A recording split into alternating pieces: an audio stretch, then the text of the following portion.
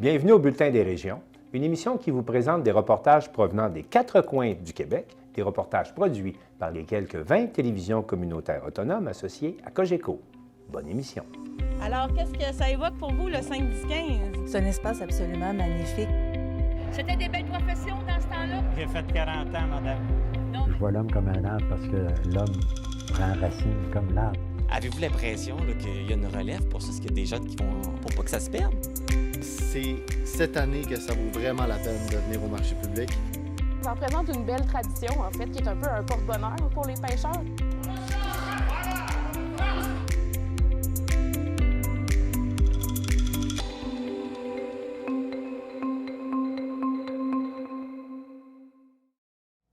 Au sommaire pour vous cette semaine, à Thetford, un ambitieux projet pour le futur des infrastructures sportives. Dans Avignon, L'Amétis, Matane, Matapédia, 700 000 sont investis dans le programme Nouveaux Horizons pour les aînés. À Gaspé, l'intégration dans le système de la santé des infirmiers et infirmières provenant de l'Afrique francophone se poursuit. À Donnacona, Accès Travail Portneuf a une équipe de 10 personnes pour accompagner les nouveaux arrivants. À Rimouski, l'organisme Cosmos Bas-Saint-Laurent souligne 20 ans de travail pour que chaque jeune puisse développer son potentiel. À Arma, l'école Bellevue présente son initiative pour développer les compétences langagières chez les enfants de 0 à 5 ans. À Rivière-Baudette, c'est la 7e édition de l'incontournable descente en kayak. En Gaspésie, c'est la nuit des homardiers.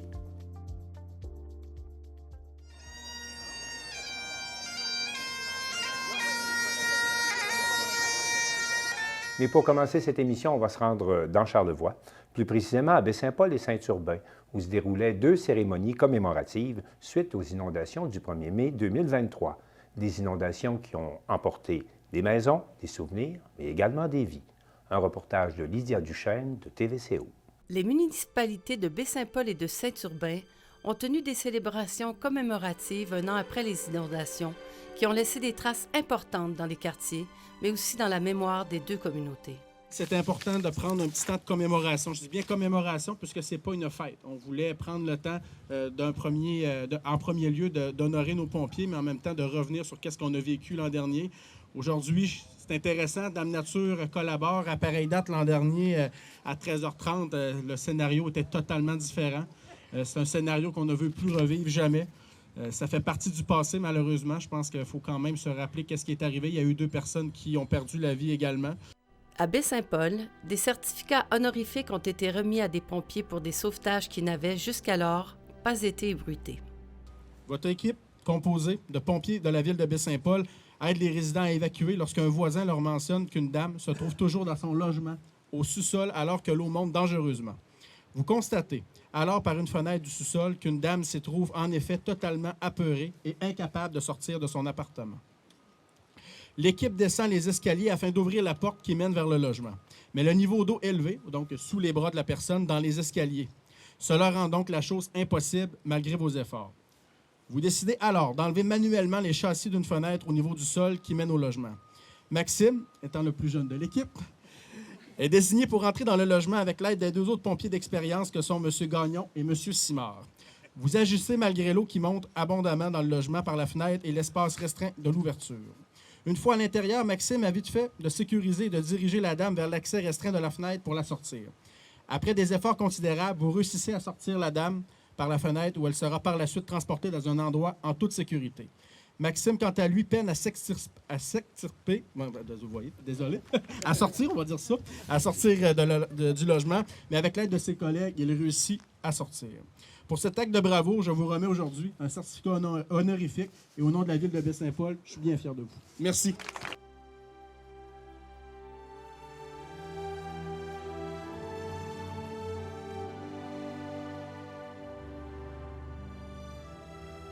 Autour de 17h20, 17h30, le niveau d'eau monte de façon exponentielle dans le secteur de la rue des Cèdres où plusieurs équipes de pompiers travaillaient à aider les résidents pour l'évacuation. Marc-André Filion, qui était apprenti pompier du service incendie des éboulements, faisait partie des pompiers qui participaient à ces évacuations. Pendant que vous aidiez des citoyens à sortir de leur résidence, vous avez vu de l'autre côté de la rue une femme sortir de chez elle sur son balcon pour demander de l'aide à l'évacuation. En s'avançant afin de se manifester, elle a perdu pied et est tombée. Comme l'eau avait emporté une partie du terrain et de la fondation de la résidence, l'eau avait créé un immense trou devant la maison et la dame s'est retrouvée entièrement sous l'eau. Comme elle ne savait pas nager, elle s'est débattue, elle a avalé beaucoup d'eau et s'est retrouvée semi-consciente complètement sous l'eau. Vous vous êtes alors empressé de traverser la rue le plus vite possible, limité par l'eau qui arrivait à la hauteur de taille et avec l'aide d'un billot de bois pour arriver in extremis et sortir la dame de sa fâcheuse position. Des pompiers sont venus ensuite vous aider et la dame a réussi à retrouver partiellement ses sens afin d'être transportée dans un endroit sécuritaire. Votre intervention rapide, M. Filion, a fait toute la différence. C'est pourquoi aujourd'hui, au nom de la ville de Baie-Saint-Paul, il me fait plaisir de vous honorer. Bravo. La brigade complète a également reçu un certificat pour leur dévouement et l'excellence de leur travail. Les bénévoles et la vague de solidarité qui s'en est suivie a aussi été saluée et applaudie avec émotion.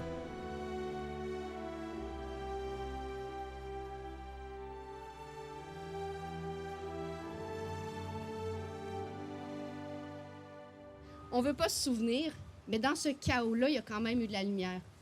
Michael en a parlé. On a vu un élan d'entraide comme on n'a jamais vu.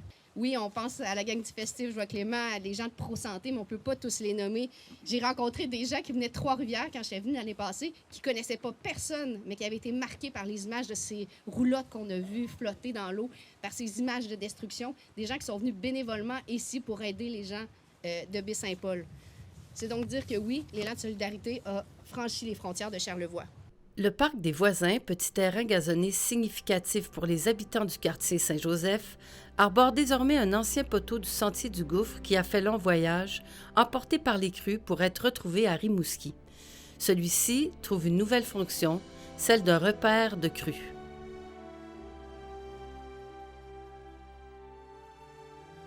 Le discours du ministre de la Sécurité publique, François Bonnardel, était aussi très attendu par les sinistrés présents, dont les maisons sont encore en rénovation et pour qui les dédales administratifs sont loin d'être terminés.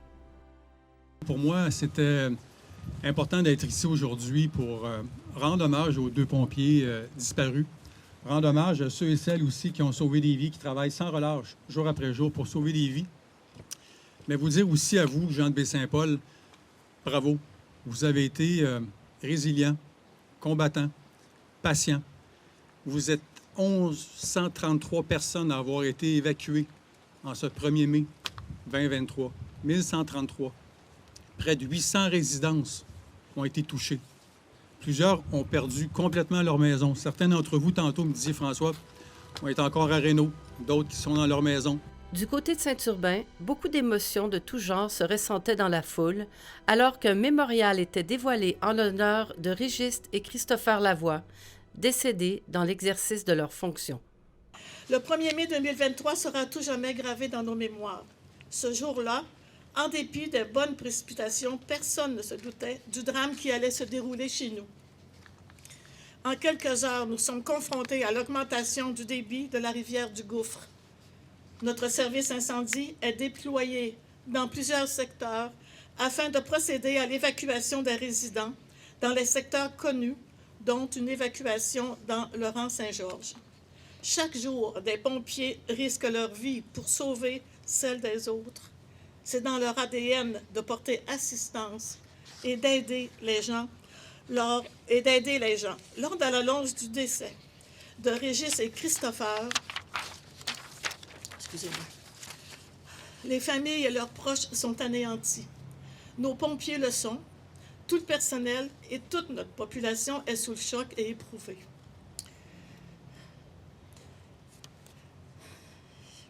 Nous avons reçu de nombreux témoignages d'espoir, de solidarité et de sympathie de partout au Québec et particulièrement des services incendies de notre région que j'ai oublié de saluer tout à l'heure et que je vous remercie sincèrement d'être ici avec nous aujourd'hui. Merci beaucoup. 23 000 $ ont été amassés à travers la collectivité pour financer ce projet, une initiative de Luc Dufour. Notre service incendie tenait expressément à rendre hommage à nos collègues disparus. Un hommage en tant que membre du service incendie. Une action significative pour vous dire que vous êtes toujours avec nous et que nous ne vous oublierons jamais. Cet hommage va se matérialiser par un mémorial pour vous, Régis et Christopher, qui avez donné votre vie pour la communauté. Nous remercions tous nos donateurs, qu'ils soient à titre personnel ou corporatif, ainsi que la municipalité de Saint-Urbain, qui nous a épaulés tout le long de ce processus. Les audiences encore en cours pour l'enquête publique du coroner sur cet événement, l'heure n'était pas au regret et à la remontrance, mais bien au recueillement et à la résilience. Christopher et Régis ne sont pas morts en vain.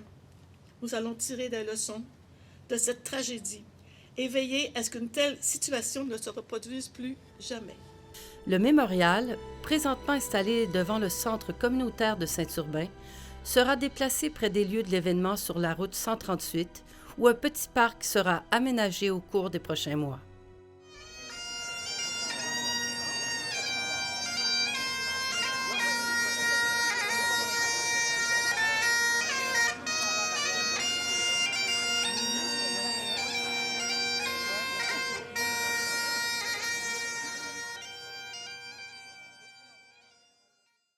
L'équipe de TVCRA était à Thetford à l'annonce par le maire Marc-Alexandre Brousseau d'un plan ambitieux de développement des loisirs dans sa municipalité au cours des prochaines années.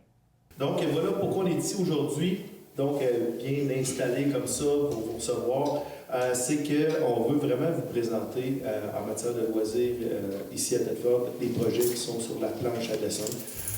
On veut faire rêver, en fait, parce que tout ce qu'on va présenter aujourd'hui ne pourra pas se faire dans la prochaine saison estivale, on s'entend, mais on a vraiment voulu travailler en amont, travailler un peu sur l'avenir qu'on voit pour nos projets de loisirs ici. Et on a voulu le faire de façon sérieuse, c'est-à-dire qu'on a fait une démarche importante depuis 2 ans en vue d'orienter les décisions futures sur les infrastructures de loisirs ici à la ville de Thetford qui vont concerner l'utilisation des parcs, des espaces verts, des infrastructures sportives. Donc, c'est vraiment un travail de fond qui a été fait pour ne pas qu'on prenne nos décisions à la pièce. On a vraiment voulu avoir une vision d'ensemble et puis avoir une vision d'ensemble, ça veut dire plein de projets. Donc, c'est pour ça qu'on devra le faire sur quelques années, mais il reste que d'avoir une ligne directrice comme ça qui s'est dessinée avec le travail qu'on a fait. Ça méritait aussi aujourd'hui qu'on vienne vous le présenter. Donc, le plan d'action va se diviser entre 4 grands enjeux. La mise à niveau et le maintien des actifs, donc assurer la mise à niveau des infrastructures existantes, prioriser des investissements durables et nécessitant peu d'entretien dans le temps. Aussi le vieillissement de la population, donc favoriser la polyvalence des nouvelles installations, bonifier l'offre pour les aînés afin de favoriser leur maintien d'une vie active. Puis aussi la diversification des vocations des parcs et espaces verts. Donc, développer l'offre culturelle extérieure et favoriser l'appropriation des parcs comme lieu de socialisation. Mettre en valeur la rivière Bécancour via le réseau des parcs et espaces verts. Et le dernier enjeu, c'est l'optimisation des plateaux sportifs et récréatifs. Donc, améliorer l'offre hivernale en matière de plateaux sportifs et récréatifs et privilégier la qualité et la complémentarité plutôt que la quantité de plateaux sportifs et récréatifs. Alors...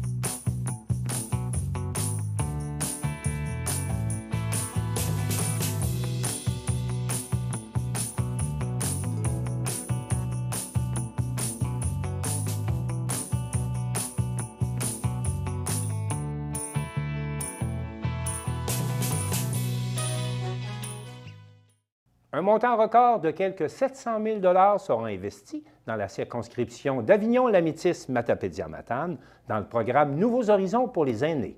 Marc Baudouin de la télévision de la Matapédia en parle avec la députée Christina Michaud.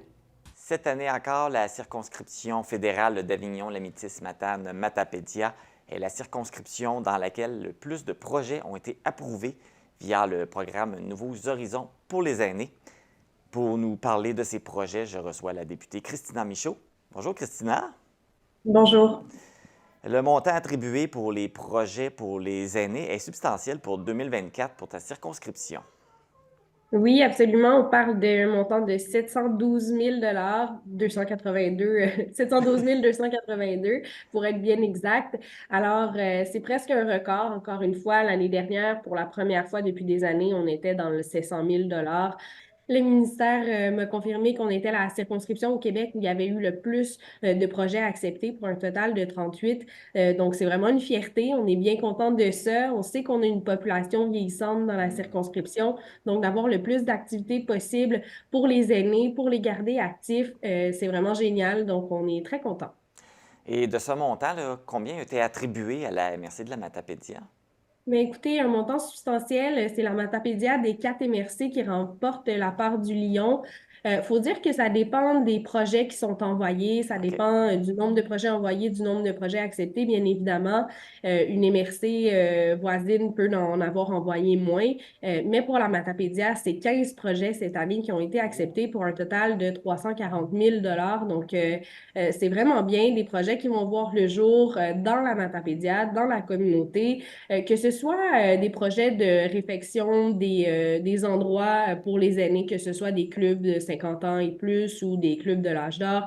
Ça peut être ce type de projet-là, mais ça peut aussi être de nouvelles activités qui sont mises sur place pour garder les aînés actifs, des activités culturelles aussi, ou pour organiser des brunchs, de la cuisine, des activités de danse ou des activités technologiques. Donc, il y en a vraiment pour tous les goûts et on va voir ça dans les prochaines semaines, dans les prochains mois, des projets qui vont être organisés un peu partout dans la Matapédia pour garder les aînés actifs. Alors, c'est vraiment une bonne nouvelle. Et aussi, ce qui est bien avec ce programme-là, c'est qu'on inclut les aînés tout au long du processus. Alors, c'est des projets des aînés, par les aînés, pour les aînés. Alors, ça, c'est bien. Et il y en a plusieurs qui commencent à intégrer les jeunes là-dedans. Alors, ils offrent des activités qui sont intergénérationnelles. Alors, on en a vraiment pour tous les goûts et même pour tous les âges. Christina Michaud, merci beaucoup de nous transmettre encore ces belles nouvelles et tout le travail que tu fais pour nous également. Bien, merci beaucoup. Donc, si vous voulez avoir plus d'informations sur le programme Nouveaux Horizons pour les aînés ou pour consulter les projets gagnants, vous pouvez vous rendre sur le site du gouvernement du Canada.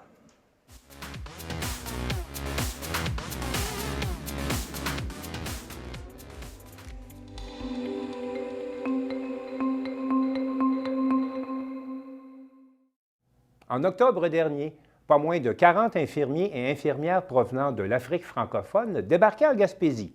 Thierry Haroun est allé à leur rencontre quelques mois plus tard. La toute dernière cohorte d'infirmiers et infirmières, une quarantaine en provenance de l'Afrique francophone, est arrivée en octobre dernier en Gaspésie. Un apport professionnel qui donne un peu d'oxygène au réseau de la santé. Ces nouveaux candidats se sont installés dans la région avec leurs familles et ont été répartis à travers la péninsule. Chaque personne profite d'une mise à niveau en soins infirmiers qui dure de 9 à 12 mois selon le cas. Les personnes sont candidates à l'exercice de la profession d'infirmière en attendant de passer l'examen de l'ordre. Ces personnes travaillent comme préposées aux bénéficiaires pendant leurs études au cégep. Rappelons qu'à l'automne 2022, le CIS de la Gaspésie a accueilli une première cohorte de 37 personnes. Ainsi, tour à tour, vous entendrez Ronnie Cummings, enseignante et coordonnatrice à l'AEC Intégration de la profession infirmière, suivi d'un candidat, Jaurès Bancolé, venu de la Côte d'Ivoire, et de Lou Landry, adjoint au PDG du CIS. À noter que tous ces candidats proviennent de 6 pays d'Afrique, soit l'Algérie, le Cameroun, la Côte d'Ivoire, la Tunisie, le Maroc et le Congo. Voici mon reportage. Bonjour, je m'appelle Ronnie Cummings. Je coordonne au niveau de l'enseignement pour l'AEC Intégration à la profession infirmière au Québec. Qu'est-ce que c'est que ce cours, en fait, en vos mots à vous? C'est une formation qui permet à des personnes qui sont infirmiers dans leur pays, minimalement depuis 4 ans, de venir faire la formation au Québec pour pouvoir travailler comme infirmier au Québec au niveau de l'ordre professionnel. Très bien. Alors, ça s'adresse à qui précisément, par exemple? Vous avez quoi comme cas concret? C'est des personnes qui ont été choisies avec le ministère de l'Immigration, avec l'ordre professionnel, avec les différents paliers gouvernementaux, pour faire en sorte d'amener des gens d'expérience à travailler pour dépanner le réseau de la santé ici. Ils déménagent avec leur famille et viennent ici travailler. Alors, en quoi consiste ce cours plus précisément? C'est une formation qui comprend en fait un bloc théorique, laboratoire et stage qui est obligatoire à tout le monde, qui comprend 615 heures de formation. Par la suite, certains de nos étudiants vont avoir ce qu'on appelle un bloc prescriptif. Donc, dépendant de leur expérience de travail, vont avoir à faire 1 à 4 cours supplémentaires qui comportent un volet sur la santé mentale, un volet sur la pédiatrie, sur la périnatalité et un volet sur les personnes âgées. Wow. Donc, et on devient donc à la suite de cette formation, ça dure combien de temps à peu près en tout de bout en bout? De bout en bout, on a 62 semaines pour le faire. Quand même. Qui est vraiment maximal pour les personnes. Et ensuite de ça, ça leur permet de se préparer à l'examen de l'ordre professionnel, ici, l'ordre professionnel des infirmiers du Québec, pour pouvoir accéder au permis de l'ordre pour travailler comme infirmier. Alors, bonjour. Bonjour. Présentez-vous. Je suis Bankole Jaurès. Je viens de la Côte d'Ivoire. Vous venez de la Côte d'Ivoire. Ouais. Qu'est-ce que vous faisiez en Côte d'Ivoire? J'étais infirmier. Infirmier? Ouais. Génial. Et donc, vous êtes arrivé quand ici au pays? Nous sommes arrivés au Québec en octobre. En octobre? 2023. Ouais. D'accord. Vous, avec votre famille, vous êtes arrivé... Oui, moi, je suis venu avec ma conjointe et mon fils de 5 ans. Ouais. De 5 ans. Ouais. Génial. Donc, vous êtes venu ici pour quoi, en fait? Il y a 1 an.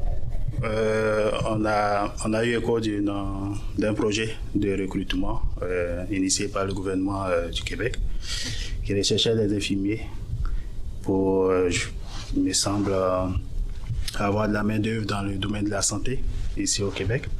Donc moi j'ai postulé parce que j'ai toujours voulu venir au Canada. J'ai postulé, j'ai été retenu et c'est comme ça que je suis arrivé. Vous avez été retenu donc vous suivez des cours présentement pour devenir infirmier accrédité gouvernemental, donc pour le gouvernement du Québec. Oui, c'est ça. Comment ça se déroule ce cours? D'abord, on a été prévenu, on nous a dit avant qu'on y vienne, parce que c'est vrai que là-bas on est diplômé. Moi, par exemple, je suis infirmier depuis 11 ans. Voilà, donc on nous a dit comme ça que quand on allait arriver ici, on allait faire 1 an de formation.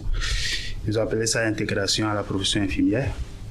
Donc, on suit ce cours-là, on doit finir en janvier. En janvier? Oui, avec le cégep de la Gaspésie. Oui. Et après avoir obtenu le diplôme avec le cégep, on devra passer un test de l'ordre des infirmiers. L'ordre des infirmiers? Oui, on doit obtenir l'examen de l'ordre des infirmiers pour pouvoir être infirmier ici au Québec. Et cet examen, il a lieu quand? Concrètement, je ne sais pas, je ne saurais le dire. Je sais qu'il y a 2 sessions, en mai ou en septembre. D'accord. Ouais, donc on verra bien. Les cours, comment ça se passe? Comment vous vivez ces cours-là? C'est difficile? Il y a des obstacles? C'est facile? Non, c'est plutôt bien. Il faut dire que l'administration du cégep a mis quand même tout en place pour nous faciliter la tâche. C'est vrai qu'on fait des cours d'une manière particulière parce que nous, chez nous, on faisait toujours les cours en présentiel. Mais là, le professeur, il est à Gaspé. Oui. Nous sommes à Chandler. Oui. Et on est obligé de suivre les cours en hybride, je pense. En hybride. Voilà, c'est comme ça qu'il appelle, en hybride. Ouais. Pendant le cours que vous prenez, vous travaillez aussi? Oui. Vous faites quoi? Oui. Pendant le cours, nous tous, on bosse en tant que préposé aux bénéficiaires au sein de l'hôpital. Même ici. Donc, combien d'heures par semaine? 3-4 jours semaine? 2-3 jours? On a droit à 20 heures. 20 heures par semaine en tant qu'étudiant. Oui. Donc, on bosse 20 heures par semaine en tant qu'étudiant, en tant que préposé aux bénéficiaires pour l'hôpital. Ici même à l'hôpital? Ici à l'hôpital. Et est-ce que, quand vous êtes parti de la Côte d'Ivoire, c'est ce à quoi vous attendiez ou est-ce que c'est mieux, en fait? Comment vous... La vie ici, les études, le travail, comment on vit ça venu de l'extérieur? C'est clair que c'est différent de ce qu'on s'était imaginé. Mais moi, personnellement, je peux dire que c'est quand même bien. Oui. Ouais, on se sent bien. Avant de venir, comme j'ai dit, ceux qui ont initié le projet, c'est-à-dire le MIFI, le CIS et tout ça, ils nous ont expliqué un peu comment les choses allaient se passer. Ils ont mis tout en place pour qu'on se sente bien. On est venu, on a rencontré le SANA, le service d'accueil des nouveaux arrivants, qui nous a vraiment soutenus sur tous les plans, que ce soit dans l'accueil, dans je veux dire, dans tout, pratiquement. Dans les activités d'intégration. Les activités d'intégration, voilà. Donc, c'est quand même bien. Une dernière question. Dans votre cours, vous êtes combien? Ici à Chandler, nous sommes 10. 10. En Gaspésie, nous sommes une quarantaine. Donc de la cohorte. De la cohorte, ouais. Parmi ces 10, vous êtes tous de l'extérieur, donc vous avez des collègues d'Afrique aussi? Oui. Nous, dans notre cohorte, il y a le Camerounais, il y a des Congolais, et des Ivoiriens, il y a aussi des Marocaines. Ah oui. Je sais qu'il y a des Marocaines, je pense à Calais, Tonou, à Gaspé. Il y a une camaraderie donc. Oui, c'est toute une gang, comme le disait Québécois. Bravo, merci beaucoup. Je vous remercie, très très gentil. Merci. Il y a un apport d'infirmiers qui viennent en ce moment principalement d'Afrique et c'est un apport important. Ils ont des formations adaptées aux critères du ministère de la Santé.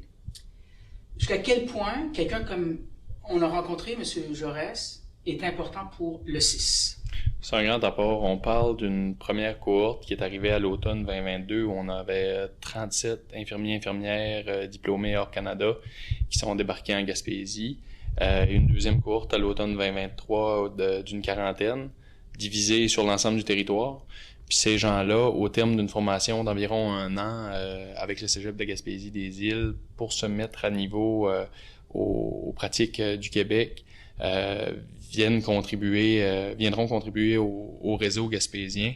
On a connu, c'est pas caché, là, il y a un manque d'infirmières considérable dans l'ensemble du Québec, mais en Gaspésie. Par le passé, on a souvent parlé qu'on manquait d'environ 100 à 120 infirmières. On parle d'une arrivée de 77 personnes de 6 pays d'Afrique différents. Donc, vraiment, ça devrait, au cours des prochaines années, faire une différence considérable dans notre capacité à maintenir, je dirais, l'offre de soins et services auxquels les Gaspésiens et Gaspésiennes sont habitués. Une dernière question. Il semble y avoir un accueil. Ils sont bien encadrés, c'est ce que j'entends, et c'est sûr qu'il y a un moment d'adaptation pour ces gens-là. Ils semblent être encadrés quand même, que ce soit par le SANA, aux activités. Le CIS aussi les encadre pour bien les intégrer au réseau? Tout à fait. Puis vous nommez le SANA, puis c'est intéressant puisque c'est un travail qui est fait avec les partenaires, le CIS, le Cégep, le MIFI, les organismes communautaires comme le SANA collaborent ensemble. Au niveau du CIS, oui, les choses sont mises en place pour faciliter l'intégration. Puis je dirais qu'il y a eu de l'amélioration entre la première et la deuxième cohorte. C'est peut-être ce qui est intéressant. On a appris de la première cohorte, on a appris de nos erreurs. Comme on entreprend des projets dans la vie, quand c'est la première fois, on voit certains enjeux, certains défis se pointer, puis on a corrigé le tir pour la deuxième. Par exemple, on avait une ressource dédiée à 100% sur le recrutement international qui chargeait du projet IDHC pour la deuxième cohorte, qui est en contact avec les gens dès leur intégration alors qu'ils étaient encore dans leur pays, puis qui est allé aussi les accueillir à l'aéroport où il y a eu des autobus de mis en place pour l'arrivée sur le territoire, etc. Puis l'autre aspect intéressant est l'intégration aux équipes, comme M. Jaurès en parlait, à raison de 20 heures semaine pour la plupart, dès l'arrivée ou presque, comme préposé aux bénéficiaires, ce qui permet de rencontrer des gens, puis de visualiser les nouveaux environnements de santé. Merci beaucoup. Merci à vous. Vous écoutez votre reflet d'ici. Revoyez tous nos reportages sur notre site Internet.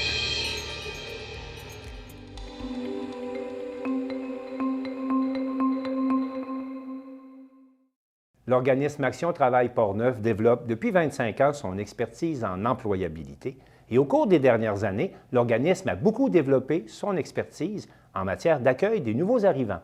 Un reportage de Charles Laviolette de CJSR.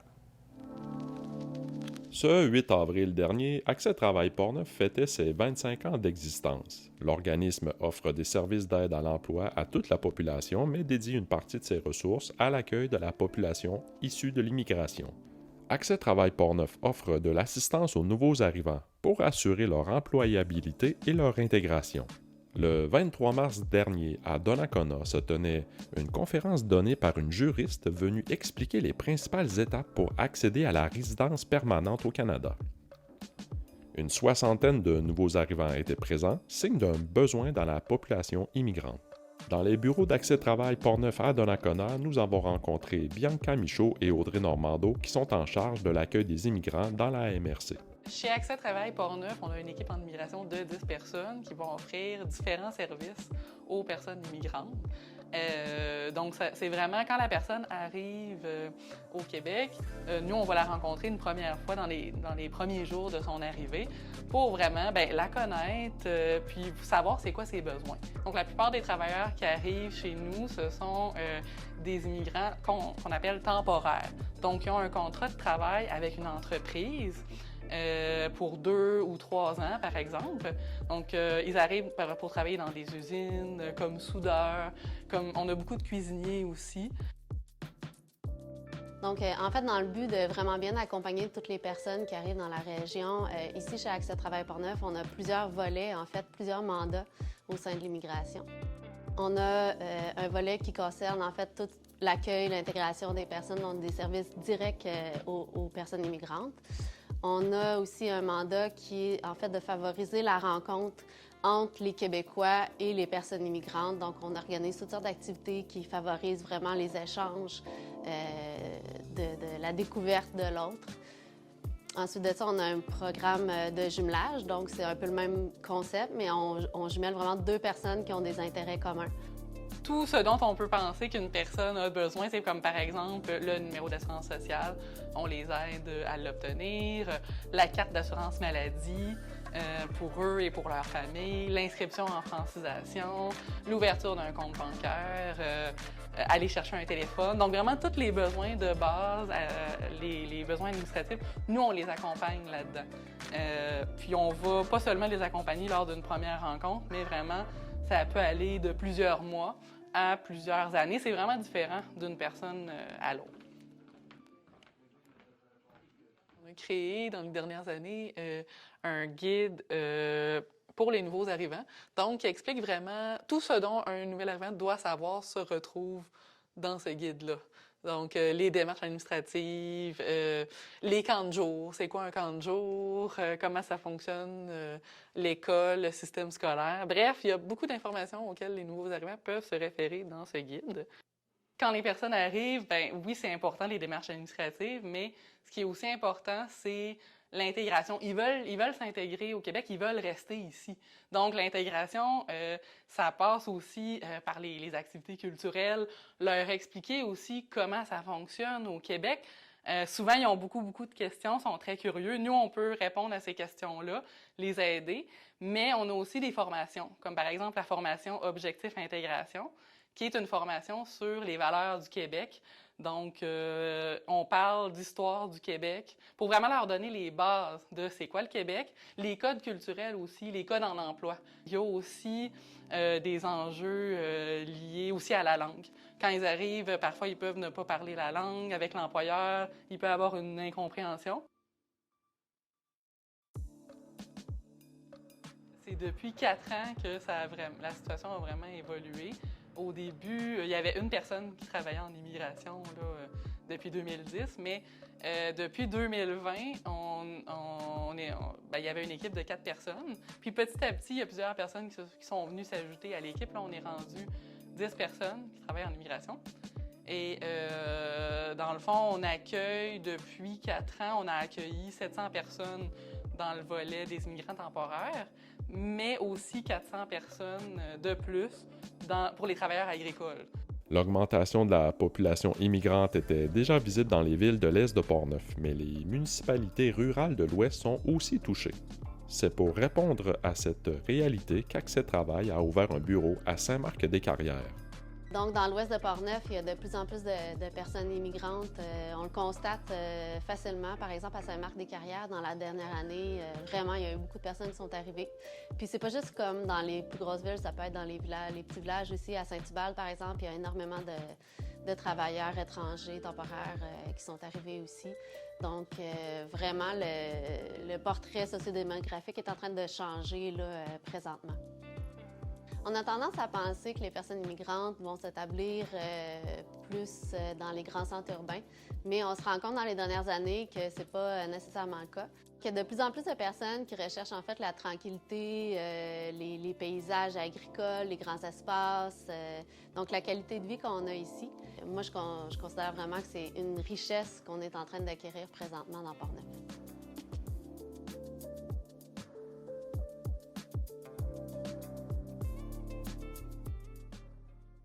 Depuis maintenant 20 ans, l'organisme Cosmos œuvre auprès des familles pour permettre à chaque jeune de réaliser son potentiel. Et Marc Després, de la télévision de la Métis, s'est rendu à un 5 à 7 qui soulignait le 20e anniversaire de cet organisme. Madame Thibault, vous êtes ambassadrice, l'une des 4 ambassadrices pour Cosmos. Alors, qu'est-ce qui fait que vous avez décidé de vous impliquer dans Cosmos? En fait, dans mon organisme, je participe activement aux actions, aux tables de concertation. J'y crois que la force des partenaires, on peut réaliser des actions concrètes. Alors, comme j'étais déjà impliquée, que je crois à cette force-là de collective, ça allait de soi que j'accepte le contrat d'ambassadrice. Et à ce moment-là, vous êtes originaire de la Métis, c'est pas pour rien là, que ce soir vous êtes ici. Oui, en fait, c'est ça. Donc, moi, je suis originaire de Saint-Gabriel de Rimouski. Alors, pour moi, d'être ambassadrice puis de représenter Rimouski-Neigette et la Métis, ça avait quelque chose de touchant pour moi, effectivement. Quel est le lien entre votre carrière, votre profession et Cosmos? En fait, nous, à la Maison des familles, moi, je suis travailleuse sociale de formation, donc, et à la Maison des familles, on accompagne les parents et les enfants. Alors, pour nous, de faire partie d'une démarche de concertation, de s'impliquer pour leur mieux-être, pour qu'il y ait des chances égales de réussir, là, c'est vraiment très connexe. Et donc, pour vous, c'est important de prendre le temps là, de s'impliquer là, avec Cosmos? Oui, effectivement. Donc oui, on peut réaliser des interventions directes dans nos organismes, mais de s'asseoir ensemble, tous les partenaires, de voir quels sont les besoins, où sont rendues chacune des organisations, puis d'allier nos forces pour faire des petits pas. Alors, c'est vraiment super important de se rassembler, puis de pouvoir régler des petites choses, de faire des maillages, des fois de dire qu'on ne veut pas dédoubler, on veut s'assurer que tout le monde répond à sa mission, mais répond aux besoins. Donc, c'est vraiment d'unir nos forces, la concertation. Donc, ça va de soi de s'impliquer dans une démarche comme ça. Et de s'impliquer, mais avec d'autres personnes qui aiment aussi s'impliquer là, pour nos jeunes. Oui, effectivement, c'est sûr qu'une démarche de concertation, c'est vraiment important que tout le monde participe. Donc, que chacun investisse de son temps pour venir discuter de l'avenir, de faire des projets. C'est sûr que d'avoir les partenaires présents, de s'allier en fonction des enjeux ou des tranches d'âge. Donc, c'est intéressant de voir la mobilisation là, dans notre région. Et il faut dire que, bon, on ne fait pas juste jaser autour d'une table, on concrétise bien des projets. Oui, en fait, c'est avec la liberté qu'on a de voir les enjeux, les besoins. On a aussi beaucoup de données probantes, des difficultés ou des enjeux qu'on vit dans notre région. Donc, de partir réellement des besoins. Alors, on est des intervenants terrain. Des fois, c'est des directions. Des fois, c'est des intervenants qui sont présents pour voir qu'est-ce qui se passe, qu'est-ce que nos familles, qu'est-ce que nos jeunes ont besoin. Puis ensuite, en fonction de la disponibilité de chacun, de l'énergie, des missions, on regarde ensemble qu'est-ce qu'on peut faire. On décline des plans d'action, puis on s'implique. Alors, et au bout de ça, c'est vraiment des jeunes qui ont vraiment de l'accompagnement, du support là, dans leur vie de tous les jours. Et à ce moment-là, bon, Cosmos a 20 ans. Bien entendu, vous étiez sûrement trop jeune au tout début. Par contre, vous êtes incorporé en cours de route. Oui, en fait, ça fait 10 ans que je suis à la Maison des familles. Donc, depuis 2014, j'ai la chance de voir toute l'évolution, l'implication des partenaires, puis de voir, d'additionner, en fait, tous les résultats qu'on a depuis ces 10 années-là et de voir, en fait, comment on a fait une différence à différents niveaux dans la vie des jeunes de notre MRC, là. Et à ce moment-là, bon, on se souhaite sans aucun doute un autre 20 ans au minimum. Effectivement, de voir la mobilisation des partenaires, de voir qu'on veut répondre aux besoins des jeunes. C'est une structure qui est déjà en place, qui fonctionne bien. Alors, effectivement, qu'on a le vent dans les voiles pour poursuivre encore plusieurs années. Et donc, pour vous, à ce moment-là, comment vous voyez Cosmos, justement, peut-être dans 20 ans? Dans 20 ans, c'est une bonne question. J'espère que tous les partenaires seront là. On retrouve le milieu scolaire, le milieu communautaire, le milieu de la santé, le milieu municipal, et j'en oublie probablement. Alors, moi, je vois encore que les partenaires sont présents, croient à la mobilisation, puis qu'on n'a pas des gros enjeux de changer le monde, mais de faire des petits pas pour les jeunes. Alors, je vois en fait une continuité de ce qui se fait déjà. Et la question qui tue, est-ce que vous trouvez que le gouvernement en fait suffisamment pour la croissance de nos jeunes? En fait, c'est une question quand même un peu difficile à répondre. Moi, ce que je crois, c'est que dans nos missions respectives, on est habitué de répondre aux besoins. On est présent, on est sur le terrain avec les familles, avec les jeunes. On voit leurs besoins. On a du pouvoir pour les accompagner dans leur développement. Alors, je pense que oui, on pourrait toujours avoir un petit peu plus de reconnaissance, mais qu'il ne faut pas s'arrêter à ça puis dire collectivement, qu'est-ce qu'on peut faire, quels petits pas on peut faire pour accompagner les jeunes et se concentrer sur les résultats qu'on voit. Puis quand on est sur le terrain, on les voit rapidement, les résultats. Donc, on peut savoir que nos gestes ont porté fruit, puis on peut s'ajuster en cours de route. Donc, c'est l'avantage d'être présent sur le terrain puis d'être proche des familles et des jeunes. Et on peut se dire qu'on est chanceux dans la Métis, dans le Bas-Saint-Laurent, dans Rimouski-des-Gîtes, d'avoir Cosmos? Effectivement, de voir qu'une table, des gens se mobilisent pour le bien-être des jeunes, de voir les actions qu'on réalise, effectivement, on peut se remercier, on peut se féliciter pour tout ce qu'on fait, puis de continuer d'y croire, puis de donner du temps pour la collectivité, en fait. Donc, longue vie à Cosmos. Longue vie à Cosmos. Merci. Merci.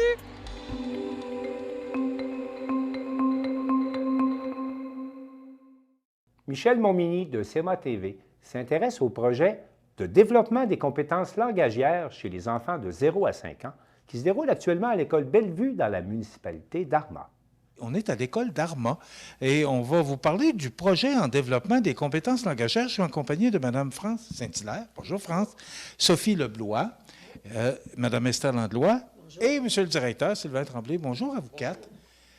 On va vous parler de ce développement des compétences langagières. Mais c'est quoi ça, des compétences langagières? C'est un projet que j'ai monté avec l'Université Laval, qu'on a travaillé ensemble sur un concours que j'ai gagné. Puis j'ai monté un projet pour travailler le langage chez les enfants de 0 à 5 ans. C'est pour leur permettre de développer leur langage chez les enfants. Fait que on travaille avec la musique, puis on aide les enfants à développer l'audition, la mémoire. C'est ça, les c'est quoi le phénomène? Expliquez-moi, France, là. Pourquoi les enfants ont des problèmes à parler? Pourquoi? Qu'est-ce qui fait ce phénomène-là? Qu'est-ce qui a créé ce phénomène-là? Bien, il y a plusieurs facteurs. Il y en a un premier facteur, c'est surtout les parents qui de plus en plus dialoguent moins avec leurs enfants. À cause de quoi? À cause qu'ils sont sur leur cellulaire. Bien, voyons donc. C'est le cellulaire qui... Ah oui! Bien, il y en a de plus en plus. T'sais, on est souvent sur notre cellulaire, puis on ne parle plus avec les gens. On ne regarde plus les gens non plus. Fait que ça pose un problème chez les enfants. OK. Et bon, j'ai une orthophoniste juste à côté de moi. Vous avez décelé ce problème-là par rapport justement à la recherche de France? Ça fait plusieurs années qu'on le constate, mais moi, je suis toute nouvelle dans le centre de service. Alors, c'est l'année passée là, que France m'a parlé de ce projet-là. Puis moi aussi, ça me tenait à cœur, mais quand on est chacun de notre côté, on ne sait pas trop comment faire. Elle avait une idée. Alors, ça nous a permis de nous rassembler puis de viser cet objectif-là. Là. Comment favoriser le développement du langage grâce à la musique, parce qu'on sait que ça fonctionne. Bon. On s'est pris comment? Parce que moi, je pose une question à tout le monde. Là. On sait comment on a développé ce projet-là? Qu'est-ce qu'on fait avec les élèves? Même, j'ai eu 20 qui auraient des marionnettes. Oui, il y a des petites marionnettes. Moi, je travaille le langage avec la marionnette pour travailler les émotions aussi chez les enfants. Parce que la marionnette fait en sorte que l'enfant est plus porté à parler. À aller de l'avant avec son langage. Il vient, la marionnette est arrivée, puis là, ils viennent tout émus. Fait que là, on travaille le langage avec ça. Fait qu'on crée une interaction avec l'enfant. Bon, mais là, ce que je comprends, orthophoniste, enseignant, tout le monde collabore ensemble. Oui. Comment? Bien, le déroulement, dans le fond, c'est que Mme France, au début d'année scolaire, j'allais assister à ses cours de musique. Fait que là, moi, j'ai vu, j'étais comme plus observatrice, je voyais comment elle travaillait avec les comptines, avec le rythme, avec des vitamines rythmiques. C'est toutes des choses qui stimulent la mémoire chez les enfants, le langage, la conscience phonologique. Conscience phonologique, bien moi, je suis dans ça en maternelle 5 ans. J'ai mon programme que je fais moi aussi avec ma marionnette qui vient visiter les enfants, qui présente chaque lettre de l'alphabet et ça se complète bien. Puis moi, je suis quelqu'un qui aime beaucoup la musique. Ça donne un bon coup de main, hein? Des comptines, j'en ai beaucoup dans ma tête, j'en ai beaucoup, fait qu'on en fait à tous les matins. Je garde M. le directeur pour le dessert. Qu'est-ce que vous avez remarqué? Qu'est-ce que ça a donné, tout ce que vous avez fait jusqu'à maintenant? Est-ce que les résultats sont satisfaisants? Est-ce que vous avez une façon de mesurer? Bien, avec notre dépistage en début du projet, on a commencé par un dépistage. On a regardé voir où cibler. Puis après ça, on a fait un post-test par la suite. Puis on a vu une amélioration chez les enfants. Fait que c'est ça. On a une petite amélioration qui continue. Fait que plus on en fait, plus la fréquence est là aussi chez l'enfant, plus l'enfant va s'améliorer. Puis ça nous a permis aussi d'identifier les élèves qui étaient, malgré l'enseignement de niveau 1 qu'on appelle, là, donc universel pour tous les jeunes, bien, on a pu cibler les élèves que cet enseignement-là, ce n'était pas suffisant. Donc, on a pu identifier les élèves qui avaient besoin plutôt d'un niveau 2 là, dans la réponse à l'intervention, c'est-à-dire d'être en sous-groupe. Alors, grâce à ça, bien, on a été directement cibler les jeunes qui avaient des besoins supplémentaires. Là, on a parlé de cellulaire, oui. Bien, ce que je peux rajouter pour compléter le sous-groupe, c'est que j'étais en train d'oublier de dire que maintenant, vu que moi, je connais le fonctionnement et tout ça, bien, on divise le groupe en deux. Une partie de la période, ils vont avec France. Moi, je garde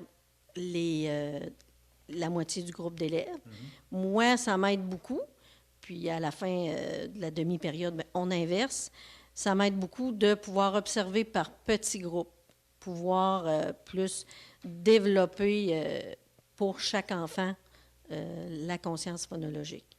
Fait que moi, ça m'aide, là, parce que 17, c'est beaucoup. Quand on veut observer, quand on veut travailler certaines choses, bien là, ça m'aide beaucoup. Ça aide les enfants, nécessairement. Mais pourquoi c'est à Arma qu'on a découvert ça? Moi, c'est ça qui me fascine aujourd'hui, c'est que vous avez fait des démarches auprès d'une personne qui fait des recherches à Québec là-dessus, mais est-ce que c'est un phénomène qu'on retrouve en région ou est-ce qu'il y a des régions ciblées qu'on voit des enfants qui ont des problèmes d'allocution à cause du cellulaire des parents? Non, il y en a partout, il y en a même dans les milieux favorisés aussi, mais c'est surtout, bien, il y en a partout. Les enfants ont un problème de langage, c'est de plus en plus fréquent dans nos écoles. Sauf que ce n'est pas beaucoup mentionné, mais il y en a de plus en plus. Mais ce n'est pas seulement dans notre région, il y en a partout. France, vous m'avez parlé que c'était à cause principalement de la COVID. Mais la COVID, ça fait 2 ans à peu près là, que c'est terminé. Est-ce que ce phénomène-là va diminuer ou va s'accentuer parce que la COVID diminue, mais les cellulaires augmentent? Bien, moi, je pense que non, parce que ça fait plusieurs années qu'on s'aperçoit de ça. Parce que, tu sais, de plus en plus, moi, j'ai remarqué, pour ça qu'on a parti le projet. Parce que moi, dans la musique, j'ai remarqué qu'il y avait de plus en plus d'enfants depuis un certain nombre d'années. Là. Moi, ça fait 17 ans que je suis ici. Puis depuis au moins 7 ans qu'on voit l'augmentation du problème de langage chez les enfants. Et là, on a commencé ça cette année, c'est ça que j'ai compris. Mais est-ce que vous avez l'intention de perpétuer, d'améliorer, de grandir là-dedans dans cette recherche-là, ce projet-là? C'est sûr qu'on veut continuer. Mais ça, c'est M. le directeur qui va prendre la décision. Oui, hein? Je vais y parler tantôt. Je le garde pour le dessert. Oui.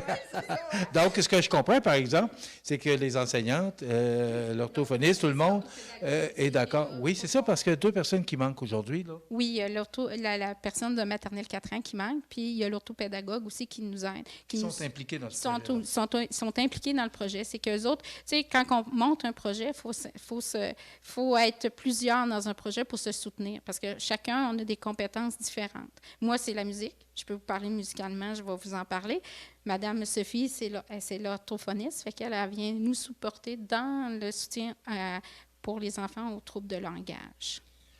Monsieur le directeur, c'est à votre tour.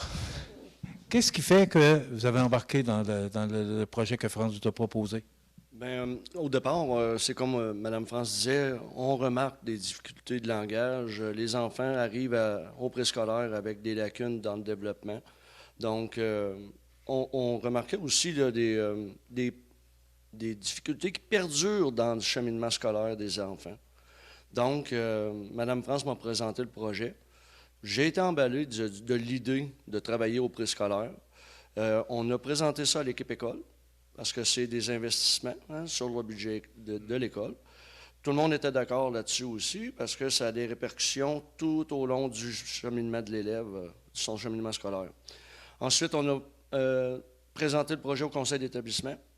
Les parents étaient emballés de ça.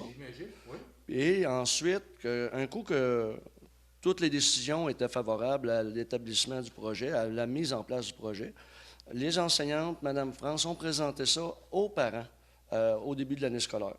Les parents ils ont dit « Wow, c'est donc bien le fun, puis mais pourquoi pas avant? » C'est la question.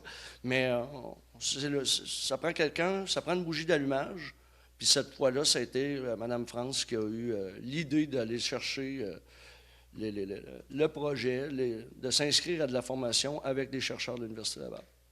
Est-ce que vous pensez qu'on peut étendre en quelques secondes ce projet-là, parce que c'est pas juste à Arma que ça se passe, là. Si vous me l'avez dit tout à l'heure, il y a beaucoup de jeunes qui sont pris avec ça. Je ne sais pas comment le dire, là, mais ce projet-là, est-ce qu'on peut, parce que à partir de maintenant, probablement que vous allez en entendre parler, là, est-ce qu'on peut l'étendre? Bien, c'est sûr qu'on peut l'étendre. La recherche est là. La recherche le prouve que c'est... Mais il y a beaucoup d'enfants au Québec qui ont ce problème-là. Oui, il y en a beaucoup. Fait que moi, je pense que ça devrait être un projet qui fait des petits, qui va de l'avant aussi. Fait que j'espère que ça va faire... on va semer une graine, puis que cette graine-là va devenir un arbre plus tard. Merci beaucoup. Je vous félicite. Quelle belle initiative. Moi, j'ai encore appris beaucoup de choses aujourd'hui. Bravo à cette belle initiative. D'abord à vous, Monsieur le directeur, Sylvain Tremblay, mais à vous, France, pour avoir eu cette idée-là. France Saint-Hilaire, bravo. Félicitations. Merci, Sophie Leblois. Merci, Esther Landlois. Félicitations, puis on va sûrement se revoir pour en reparler. Je vais suivre le dossier.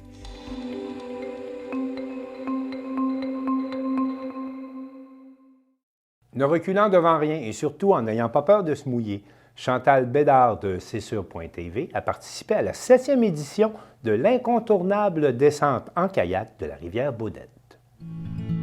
Le 20 avril dernier, le Conseil du bassin versant de la région de Vaudreuil-Soulanges conviait la population à sa 7e édition de l'incontournable descente en kayak de la rivière Baudette. L'équipe de C'est sur la télé était de la partie avec rame et caméra. On a voulu sortir encore une fois de notre rôle de journaliste, mais plutôt devenir un peu des journalistes de brousse, mais je dirais de rivière. Ce n'est pas la première fois que C'est sur la télé descend la rivière Baudette. On a fait un documentaire dans le passé qui s'appelle « Une rivière m'a parlé, la Baudette ». Mais cette année, on a décidé de la refaire parce qu'en tant que nouvelle, on voulait que les gens sentent c'est quoi passer dans la rivière, qu'on puisse montrer un peu que c'est pas juste un événement, qu'il y a une opportunité d'apprentissage derrière ça. On tente là, de donner accès au plan d'eau à la population. Malheureusement, les rives sont très, très privatisées au Québec, particulièrement dans le sud du Québec, en effet. Donc, une fois par année, là, on s'organise là, pour que les gens aient accès à la rivière et puis la descendre et puis puissent en profiter, voir les beaux paysages et puis aussi, bien sûr, la découvrir différemment. C'est très important. Absolument, les participants là, la voient autrement une fois qu'ils l'ont parcouru. La rivière Baudette, c'est une rivière magnifique, semi-urbaine, rurale qui se dessine un peu partout dans la belle région de Soulanges. Une descente qui aurait dû durer 4 heures et que finalement on a pris beaucoup plus. C'est une descente de 22 km. Donc, moi, c'était ma plus longue descente de kayak à vie. Le parcours était un tout petit peu plus difficile dû à beaucoup d'arbres qui étaient tombés l'hiver dernier à cause du verglas. Donc, il a fallu beaucoup manœuvrer entre les arbres et les roches. Fait que ça a rendu un parcours qui était pas trop dur en un parcours plus difficile. Notamment, on a eu moi et Chantal, on a chaviré chacun à notre tour à différents endroits de la rivière. Rien de très grave, ne vous en faites pas, nous étions très bien équipés. Ça fait partie des risques du métier. La rivière Baudette, c'est un des plus gros bassins versants qu'il y a à Vaudreuil-Soulanges. Une bonne partie est en Ontario, donc les gens aussi vont décoller en kayak et en canot à partir de l'Ontario, au bout de la rue de Buttonut Lane. Puis ils vont se rendre jusqu'au village de Rivière-Baudette, donc ils font quand même une très bonne partie de la rivière, là, qui est navigable encore, parce que plus en amont, le cours d'eau commence à être trop petit pour pouvoir le naviguer. Et quelle est la meilleure façon de découvrir une rivière? C'est de la toucher, de la découvrir et de naviguer sur ce plan d'eau où est-ce qu'on peut découvrir des oiseaux, des rats musqués, des tortues, des castors, une multitude d'oiseaux. Il y a une faune et une flore incroyables qui grandit, qui vit dans cette petite rivière. Je pense que c'est une activité qui est vraiment importante parce que ça amène justement à voir à quel point ils sont importantes. Malgré le fait qu'on passe à côté régulièrement, la rivière Baudette, on y pense pas trop. Puis les gens ont tendance à dire « Ah, mais tu sais, c'est une rivière brune, blabla », mais elle apporte beaucoup. Puis malgré le fait qu'elle est toute petite, elle est très longue. Puis ça rappelle justement que la nature, c'est quelque chose de beaucoup plus grand que soi.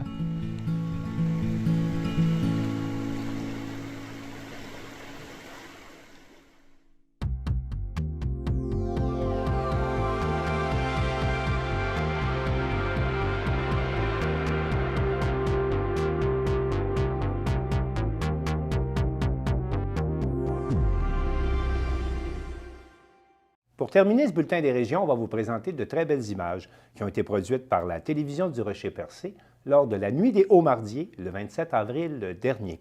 On vous quitte sur ces images. Je remercie toutes les stations de télévision participantes et je vous dis à la prochaine.